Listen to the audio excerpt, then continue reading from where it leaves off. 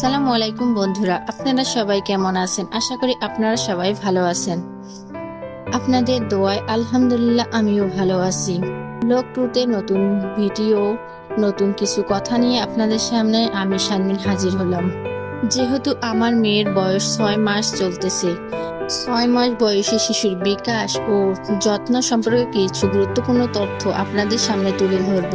প্রথমে আসি শারীরিক বিকাশ। ওজন ও উচ্চতা।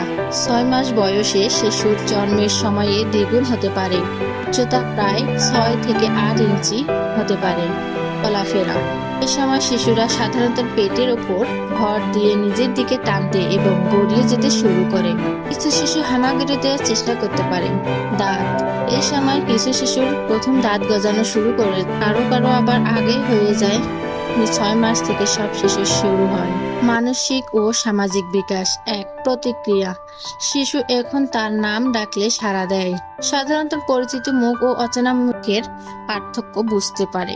খেলনা বা অন্য বস্তুর দিকে হাত বাড়ানোর চেষ্টা করতে পারে। মায়ের দুধ বা ফর্মুলা এখনো প্রধান খাদ্য হলেও কঠিন খাবার শুরু করা যেতে পারে, যেমন ভাত, আলু, কলা, গাজর, মিষ্টি কুমড়ার পিউরি দিতে পারেন। আমিও আমার বেবিকে এসব দেই।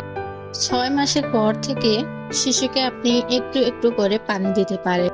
6 মাসের শিশু প্রতিদিন 14 থেকে 15 ঘন্টা ঘুমায়।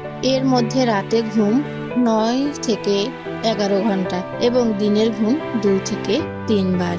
এই ছিল আজকের ব্লগ 2 নিয়ে আলোচনা। আশা করি আপনাদের সবার অনেক ভালো লাগবে। আজকের মতো এখানেই শেষ করতেছি। পরবর্তী নতুন কোনো ভিডিও নিয়ে আপনাদের সামনে হাজির হব। ততক্ষণ আপনারা সুস্থ থাকবেন, ভালো থাকবেন।